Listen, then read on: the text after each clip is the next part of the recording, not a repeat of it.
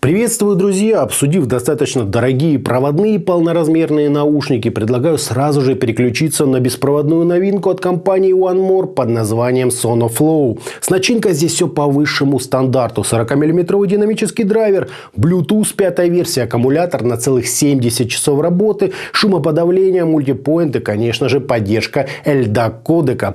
Технически это, без сомнения, абсолютный хит. Вопросы остаются только по звуку. Вот с ними сегодня мы и будем разбираться. Собственно, поехали. Пришли наушники в достаточно броской картонной коробке, на которой нам изобразили непосредственно самих героев обзора, список технических характеристик, а также целых два логотипа Hi-Res аудиосертификации.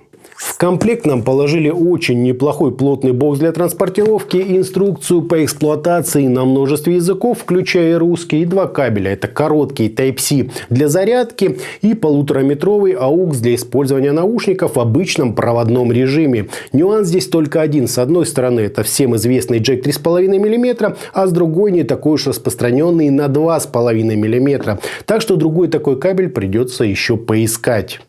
Из характеристик динамиков нам известен лишь их импеданс, равный 32 Ома. Значение чувствительности я, к сожалению, не нашел. Впрочем, и так ясно, что к усилительной части они совершенно не требовательны и смогут работать даже от аналогового выхода вашего смартфона, планшета или ноутбука.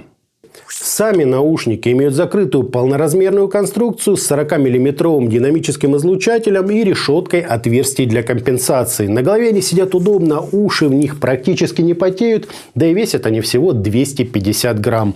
Оголовье здесь цельное, с мягким слоем с внутренней части и регулировкой с тактильно приятными механическими щелчками. Чашечки наделены двумя степенями свободы со смещением примерно на 45 градусов по горизонтали и на 90 по вертикали, но лишь в одном из направлений. В плюсы же отмечу складную конструкцию, которая заметно так экономит место.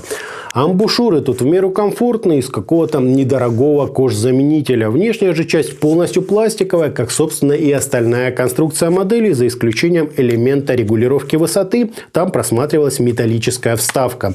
Выглядит все это достойно. Пластик, очевидно, не из дешевых. Ну и на нижнюю часть нам вынесли 2,5 мм вход для использования наушников в качестве обычных проводных. Из беспроводной части здесь находится зарядный Type-C порт с соответствующей индикацией, кнопка переключения режимов шумоподавления тоже с индикатором, две клавиши регулировки громкости, они же переключают треки вперед-назад, еще два светодиода и кнопка включения, она же работает как пауза и ответ на звонок. Все, на мой взгляд, просто и максимально логично. По времени работы нам обещают какие-то фантастические 70 часов, которые даже проверять не имеет смысла. Все, что больше 24 часов, уже много для наушников, а 70 вообще космос. По громкости запас 3-4 деления у вас точно будет, так что есть куда наболтать, если вдруг понадобится. Из остального присутствует мультипоинт на 2 подключения, поддержка SBC, AAC и LDAC кодеков и куча настроек всего этого из фирменного приложения. Там я первым делом обновил прошивку с какой-то ранней версией на актуальную, включил поддержку LDAC кодека и пощелкал пресеты эквалайзера, которые, к слову, можно накрутить и свои. Ну и здесь же находится умное тестирование наушников и включение режима мультипоинта. По умолчанию все это программно отключено. Из того, что я не нашел, это поддержка aptX, водозащиты и фирменной системы настройки звука Sound ID. Мне она очень понравилась. Эквалайзер правильно накрутить далеко не каждый сможет. Вот так вот, друзья, это все и выглядит.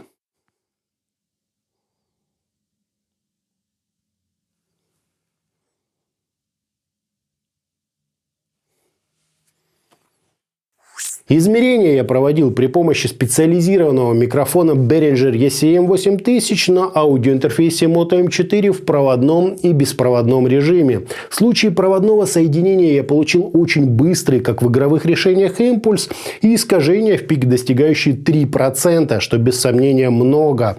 Фаза чуток сдвинута, но ведет себя естественно, а затухание на 30 и 60 дБ составляет в минимумах 80 и 98 миллисекунд с незначительными возмущениями. А ЧХ же тут имеет относительно ровную нижнюю половину спектра и потихоньку убывающую верхнюю ее часть. Вполне себе нормальный график, без каких-либо особо спорных мест. Импульс же беспроводного подключения, хотя и сохранил скорость, но обрел довольно выраженную амплитуду. А вот искажения в пиках упали до незначительных 0,5%. Фаза в данном случае вообще не интересна, а вот затухание на 30 и 60 дБ составили в минимумах 76 и 98 миллисекунд с незначительными возмущениями в нижней части спектра. То есть возмущения сильно выросли. А ЧХ же в сравнении с проводной версией получила незначительный буст на запчасти, увеличенную в 2 раза амплитуду на 1,3 кГц и ровно такое же постепенное затухание к высоким частотам. Вот как это, собственно, выглядит на одном графике. В каждом из случаев, как вы, наверное, заметили, есть свои сильные и слабые стороны. Тестируем качество записи микрофона беспроводных наушников One More Sonoflow. Вот, собственно, так он и записывает, и именно так вас будет слышать ваш собеседник при звонке. В плане звучания, если говорить о проводном подключении, модель меня не особо удивила. Основной акцент здесь идет на низкочастотную часть инструментов, от которых мы получаем солидное такое число заглушающих все резонансов. Получается довольно-таки гулко и неестественно. Вокал словно уходит на второй план, освобождая внимание, например, для бас-гитары. Деталей, в принципе, хватает, серединка кажется немного расфокусированной, зато с тарелочками полный порядок. Суммарно по проводу магия очевидно не происходит, и в этом режиме Sonoflow ничуть не лучше других китайских наушников. В эту цену слушать можно, но без восторгов и откровений. Пробовал разные источники, ничего особо не поменялось. А вот по Bluetooth, то есть с использованием встроенной в них электроники, уже совсем другой разговор. Нет и намека на резонансы, вокал собранный, неплохо артикулированный и, что еще важнее, находится на своем законном месте. Это уже реально звучит. Бас немного подсвечен, но количественно его не сказать, что прямо много, от чего мы получаем хорошие скоростные показатели и очень достойную передачу текстур. Серединка слегка теплая, выразительная и сверхмузыкальная. В детали она особо не уходит, но все нюансы как на ладони. Верха же, в отличие от проводного подключения, наоборот, немного отведены на второй план, чтобы убрать лишнюю яркость, резкость и оттенить разнообразные артефакты звукозаписи. Комфортное такое получилось звучание с уклоном в мелодику и макроконтраст. Впрочем, четкости можно хорошо так добавить посредством LDAC-кодека, если на то будет ваше желание. С ним, как обычно, лучше прорисовка, а без него сочнее вокал. В плане стилистики наушники можно назвать всеядными. У них хватает техничности и собранности для передачи какой-нибудь быстрой агрессивной музыки, достаточно глубины и объема для джаза или чего-то акустического, а также в меру мяса и четкости для разноплановой электроники. Да что говорить, Sonoflow настолько круто отыграли оркестровые записи, что я на них буквально завис. Да, не безупречно, но очень эффектно и максимально реалистично. Все планы прекрасно прорисованы. Все идеально сбалансировано, да и позиционирование инструментов на высоте. Вот что значит DSP-модуль, вот прямо в дамке.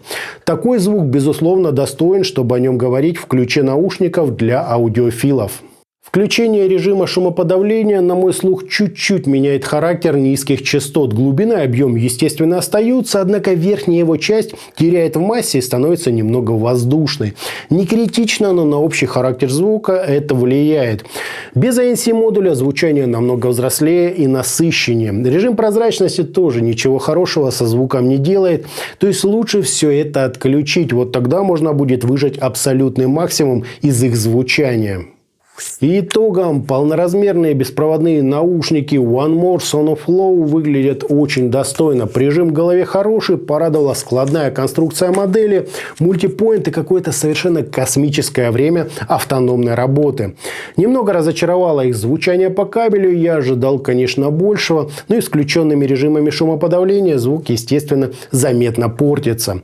По Bluetooth же это максимально эффектное, чуть теплое звучание с хорошей прорисовкой нюансов, правильным балансом частот и просто превосходной передачей сцены в глубину, с тем самым тембральным объемом, хорошим разделением и отличным позиционированием. По Bluetooth даже на AAC-кодеке модель звучит просто превосходно. А если учесть их цену, так вообще гениально.